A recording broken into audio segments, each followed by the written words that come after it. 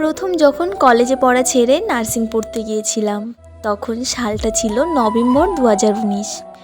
তখন সমাজের কিছু সংখ্যক মানুষ বিদ্রূপের হাসি হেসে বলেছিল, টাকা আর লোভ, ওটা তো বাজে লাইন, ওর বিয়ে তো দূরে থাক, প্রেমেও অনেকে রাজি হবে না।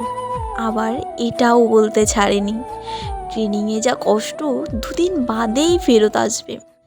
আমি জানি না পৃথিবীতে এমন কেউ আছে কি না যে সেলফ ডিপেন্ডেন্ট হতে চায় না। যাই হোক, বাড়ির মুখরোচক খাবার ছেড়ে হোস্টেলের খাবার আর সবার সাথে একসাথে থাকার অ্যাডজাস্টমেন্টের ট্রেনিংটা নিজের অজান্তেই শিখে গিয়েছিলাম।